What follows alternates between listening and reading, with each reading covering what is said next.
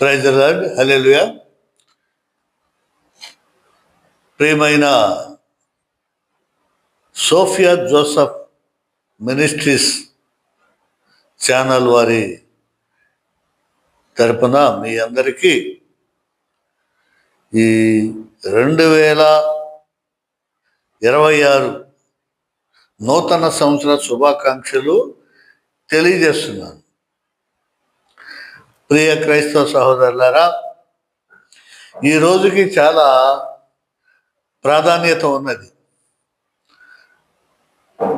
మరి గత రోజు డిసెంబర్ 31న మనకి 2025 సంవత్సరం గడిచిపోయి మరి ఈ రోజున 2026 సంవత్సరంలోకి మనం అడుగు పెట్టాం.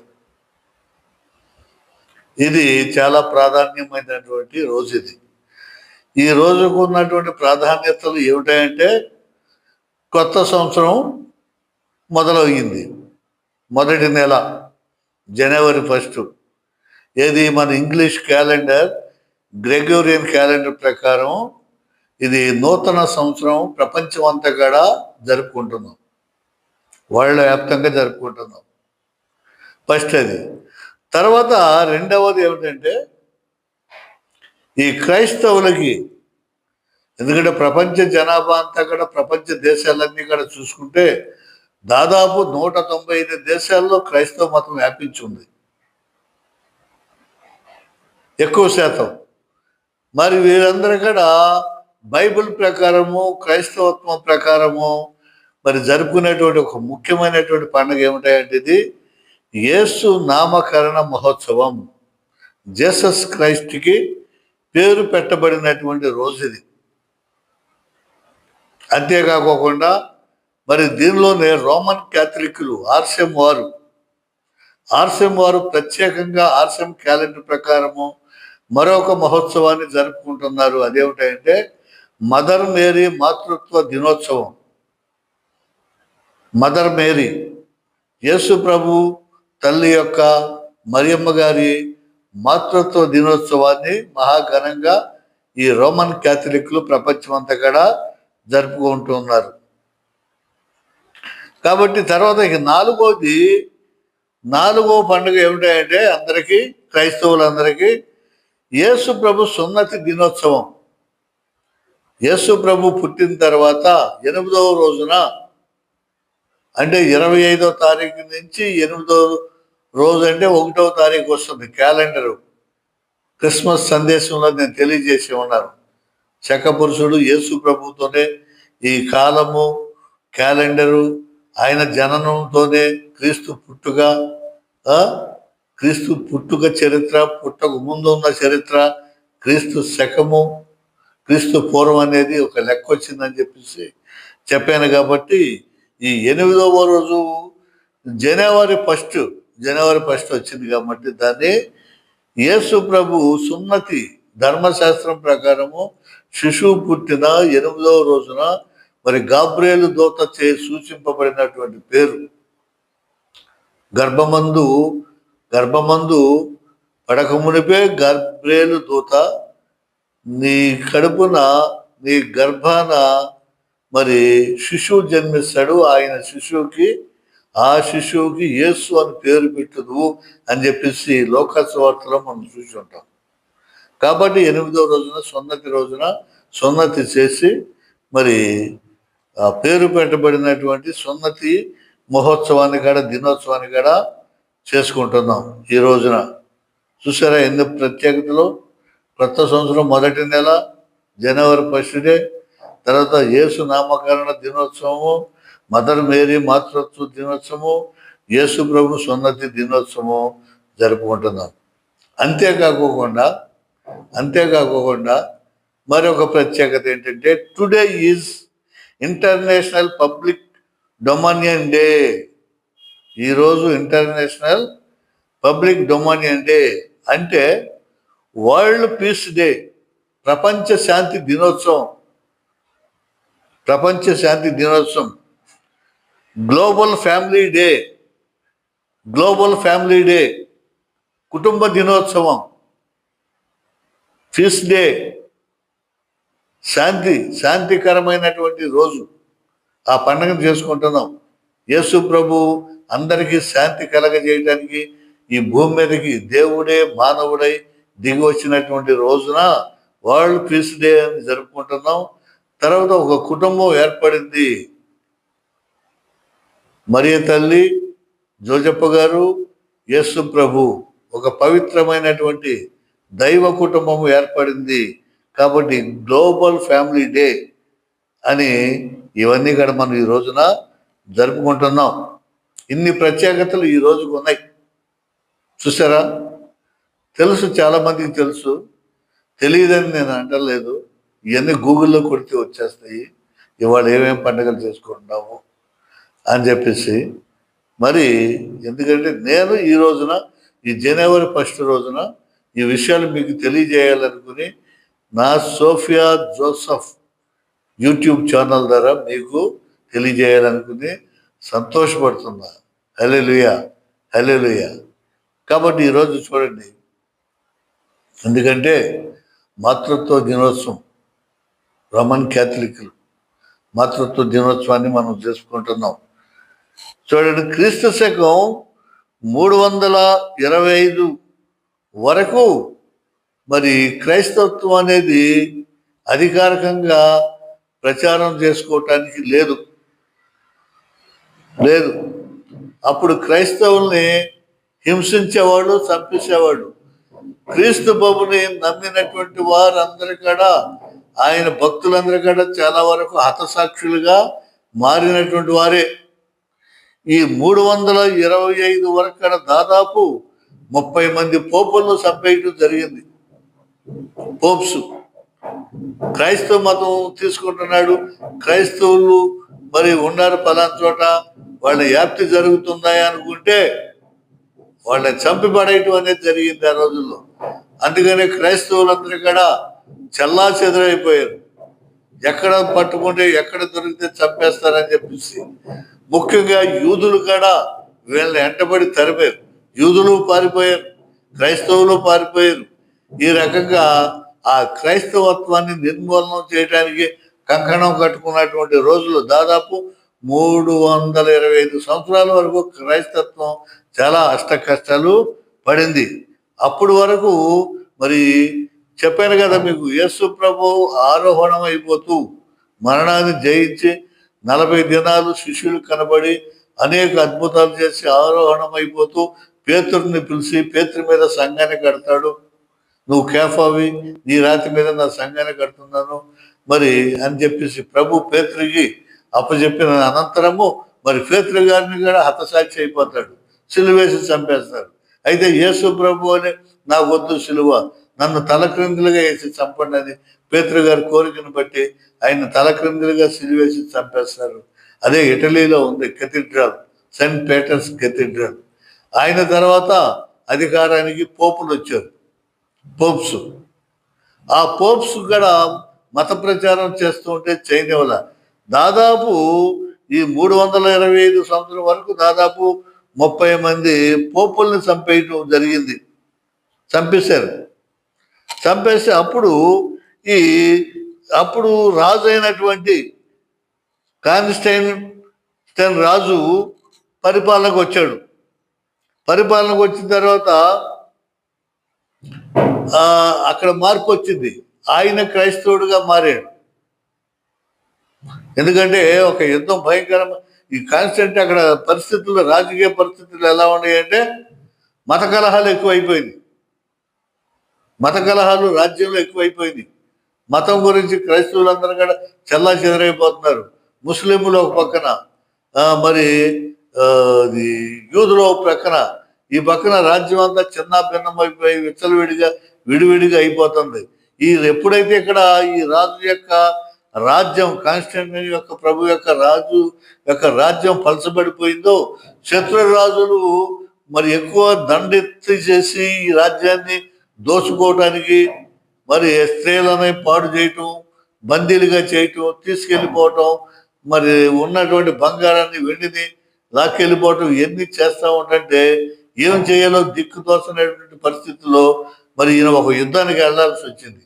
ఆ యుద్ధంలో ఆ రాత్రి ఈ రాజుగారికి కళ్ళలో కనబడి, నీ సైన్యం ముందు సిలువ పెట్టుకుని సిలువ పెట్టుకుని యుద్ధం చేయి, నీకు జయం కలుగుతుందని చెప్పేసి స్వప్నంలో కనబడేసరికి రాజు సైనికులకు పిలిచి ఆజ్ఞ ఇచ్చి సిలువ పెట్టండి, సిలువ పెట్టుకుని నడవండి అనేసరిగా ఆ సిలువతో యుద్ధం చేసినప్పుడు జయం సంపాదిస్తాడు రాజు.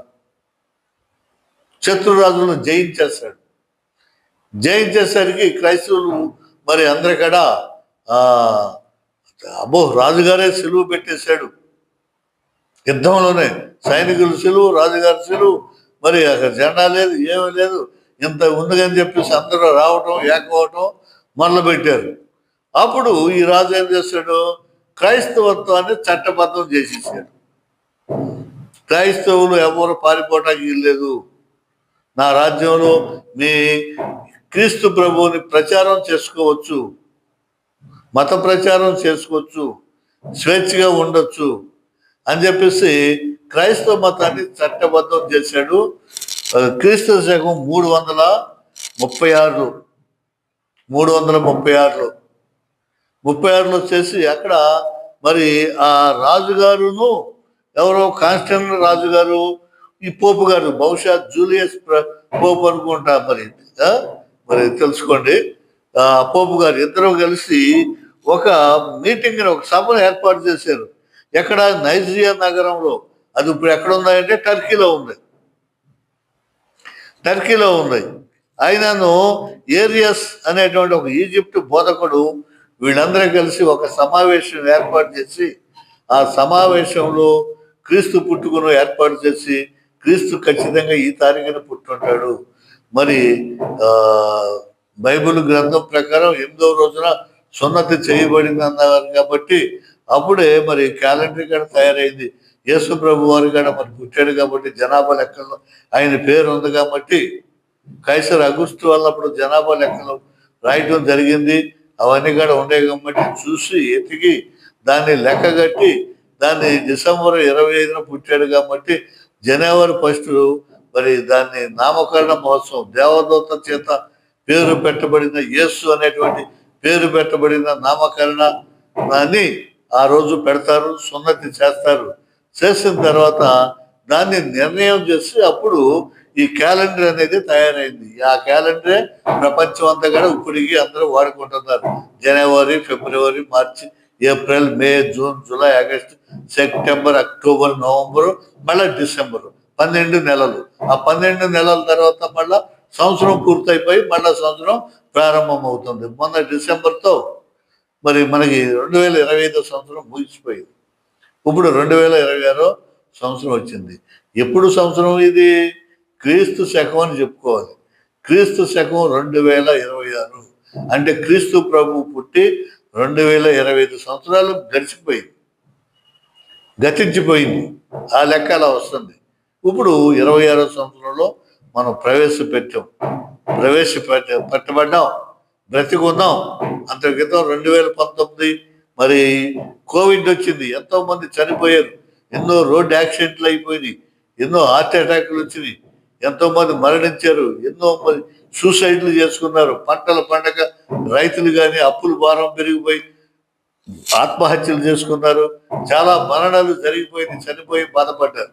మరి దేవుడు మనల్ని సుభిక్షంగా సజీవ లెక్కలో ఉంచి మనల్ని కాపాడి 2026 సంవత్సరంలో ప్రవేశపెట్టాడు. కాబట్టి మనం కృతజ్ఞత స్తుతులు చెల్లించుకుంటూ, దేవా 2026 సంవత్సరం కూడా మాకు మంచిని దయచేయండి, మనశ్శాంతిని దయచేయండి, ఇక పాత బ్రతుకు మేము వదిలిపెట్టేస్తాం, ఇదిగో కొత్తగా జీవిస్తాం.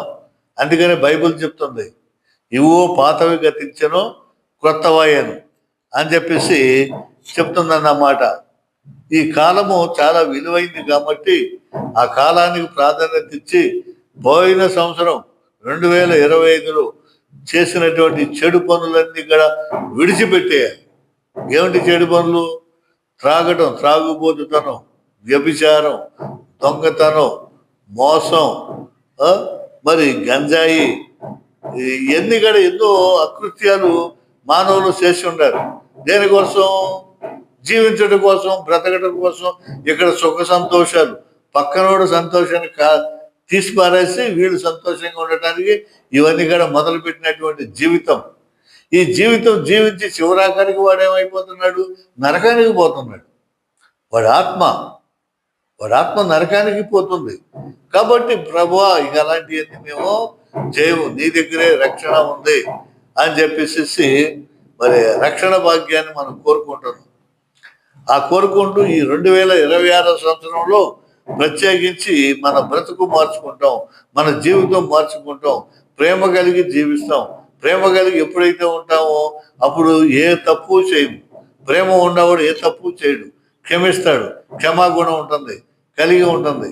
కాబట్టి ఇది మనం ఈ కొత్త జీవితంలో మనం ప్రమాణాలు చేసి మనం నేర్చుకునేటువంటి విధానం ఇదన్నమాట. ఈ విధానంలో మనం జీవించాలి. అది క్రొత్త ఏడు. అంతేగాని పిండి వంటలు చేసుకునే, క్రొత్త బట్టలు ధరించి అని చెప్పేసి ఇది చేయటం కాదు. అది కాదు, అది శరీరానికి చేసుకునేది. నువ్వు ఆత్మశుద్ధి కలిగి ఉండాలి, శుద్ధీకరణ కలిగి ఉండాలి. శుద్ధీకరణ దినోత్సవం ఇది మరి 2026 సంవత్సరంలో మనం నేర్చుకోవాల్సినటువంటి విధానం అన్నమాట. ఇది నూతన సంవత్సరం. ప్రపంచం అంతా కూడా నూతన సంవత్సరం నుండే జనవరి 1 రోజున ఒక ఓత్తు, ఏ మతమైనా ఏ కులమైనా ఎవరైనా సరే ఇలాంటి ప్రమాణం చేసుకోవాలి. ప్రమాణం చేసుకుని భార్య కోసం, బిడ్డల కోసం కష్టపడి సంపాదించుకుని వాళ్ళని మంచి మార్గంలో నడిపించి ఒక మంచి సమాజంగా, మంచి కుటుంబంగా పేరు తెచ్చుకోవడానికి ప్రయత్నం చేస్తాను అని చెప్పేసి మనం ఏం చేయాలంటే ఒక ప్రమాణం చేసుకోవాలి. దేవుడి దగ్గర ఒక ఒడంబడిక చేసుకుని జీవించాలి. అది అప్పుడు మోక్ష మార్గానికి దారి తీస్తుంది. ఇది మనం జనవరి 1 రోజున ప్రపంచం అంతా చేయవలసినటువంటి పని. సరే, ఇక రెండోది ఏంటంటే ఈ క్రైస్తవ లోకం అంతా కూడా, క్రైస్తవ ప్రపంచం అంతా కూడా యేసు నామకరణ మహోత్సవాన్ని జరుపుకుంటున్నాం. యేసు నామకరణ మహోత్సవం. యేసు అని పేరు పెట్టబడింది. దేవాది దేవుడు మానవుడి కోసం స్వర్గాన్ని వదిలిపెట్టి తను పరిశుద్ధుడిగా జన్మించాలి. దేవుడు పరిశుద్ధుడు కాబట్టి పరిశుద్ధుడిగా జన్మించాలి. కాబట్టి ఆ పరిశుద్ధత్వం ఎక్కడి నుంచి వచ్చింది? దేవుని ద్వారా వచ్చింది. దేవుడే ఇచ్చాడు. కన్యమరియ కన్యక అంటే అది పెండ్లి కాకోకుండా ఒక మందసం తయారు చేసుకున్నాడు. మరియని ఎన్నుకున్నాడు. మరియని ఒక సృష్టిలో ఒక సర్వ సృష్టి, ఆ సృష్టిని ఆయన తయారు చేశాడు.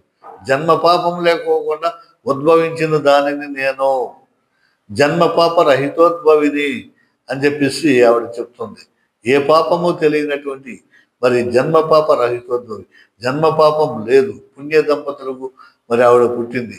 కాబట్టి ఆవిడ జన్మే వేరు. ఆవిడ జన్మ రహస్యమే చాలా గొప్ప రహస్యం అన్నమాట. అలాంటి మరియ తల్లికి పరిశుద్ధాత్మ వలన గర్భం వచ్చింది. సర్వసాధారణంగా మరి మానవులు కలుసుకున్నప్పుడు బిడ్డలు పుడతారు. ఇక్కడ దేవదూతే, గాబ్రియేలు దూతే వచ్చి అనుగ్రహ పరిపూర్ణురాలా నీకు శుభం, దయా పరిపూర్ణులారా నీకు శుభం అని చెప్పేసి ఆ లోకాసు వార్తలో మనం చూస్తాం. లోకాసు వార్తలో సాక్షాత్తు ఒక దేవదూత వచ్చి ఇక్కడ తెలియజేస్తూ ఉంది, నీకు శుభము అని చెప్పి. శుభం అంటే ఒక శుభకరమైనటువంటి వార్తని తెలియజేస్తుంది.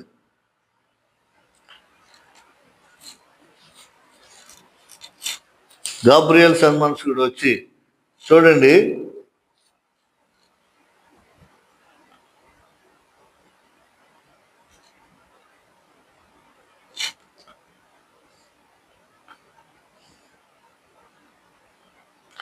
ఆరవ నెల లోకాసు వార్త 1వ అధ్యాయము 26వ వచనం చూసినట్లయితే, దేవదూత గలిలయలోని నజరేతను ఊరిలో దావీదు వంశస్థుడైన యోసేపును ఒక పురుషునికి ప్రదానము చేయబడిన కన్య యొద్దకు దేవుని చేత పంపబడెను. ఆ కన్యక పేరు మరియా. దేవుని చేత పంపబడింది. దేవుని యొక్క సముఖంలో ఉన్నటువంటి ఒక దేవదూత అన్నమాట అక్కడికి వచ్చింది. ఆ దూత లోపలికి వచ్చి ఆమెను చూసి, దయాప్రాప్తురాలా, నీకు శుభము అని చెప్పేసి మరియ దగ్గరికి వచ్చి శుభవచనాలు చెప్తుంది. ఆమె ఆ మాటకు బహుగా తొందరపడి ఈ శుభవచనం ఏమిటో అని ఆలోచించుచుండగా దూత, మరియా, భయపడకు, దేవుని వలన నీవు కృప పొందితివి. ఇదిగో నీవు గర్భము ధరించి కుమారుని కని ఆయనకు యేసు అని పేరు పెట్టుదువు. ఆయన గొప్పవాడై సర్వోత్తర కుమారుడు అనబడును అని ఆ శుభవర్తమానాన్ని దేవుడే పంపించాడు, దూతను పంపించాడు.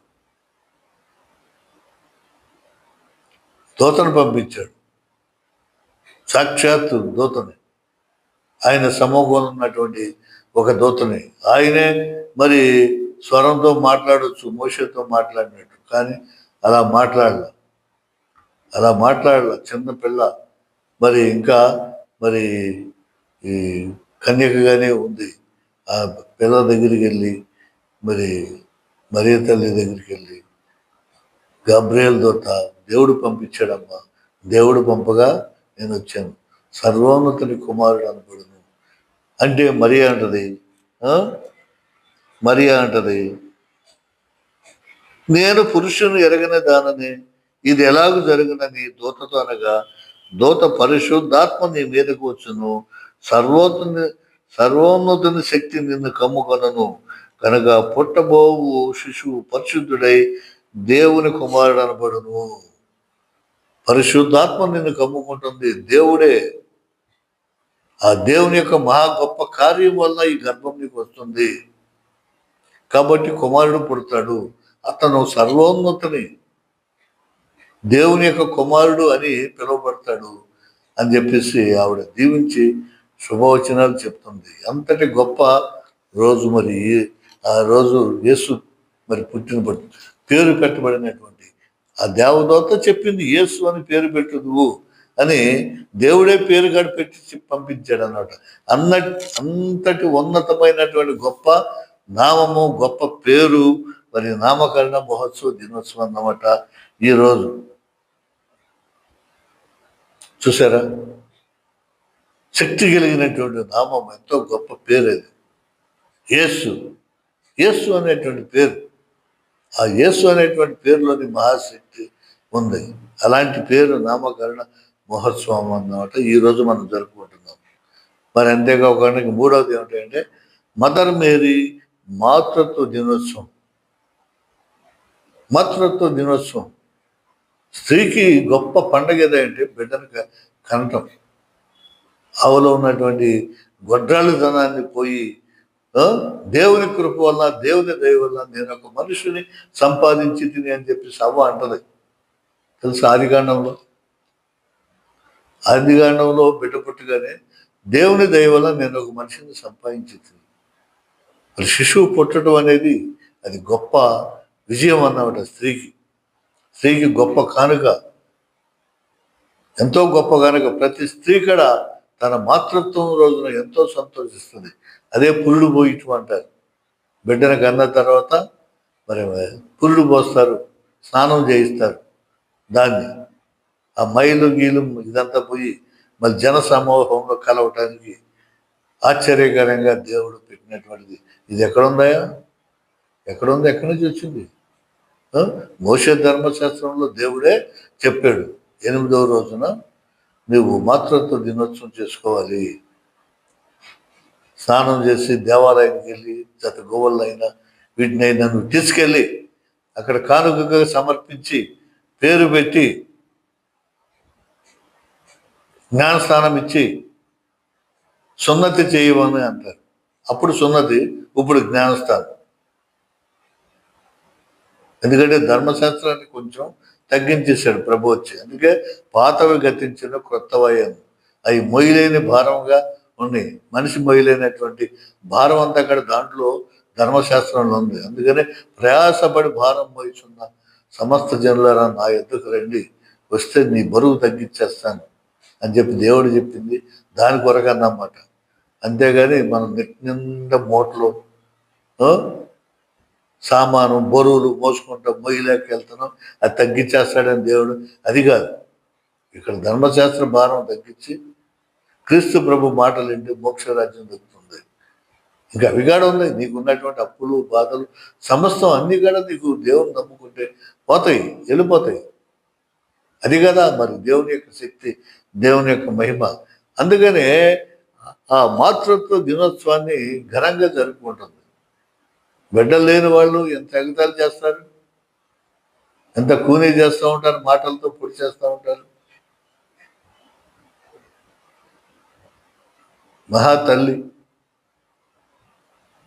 కాబట్టి ఆ పండగను కాడ ఈ రోజున రోమన్ క్యాథలిక్లు, క్రైస్తవులు చేస్తారు.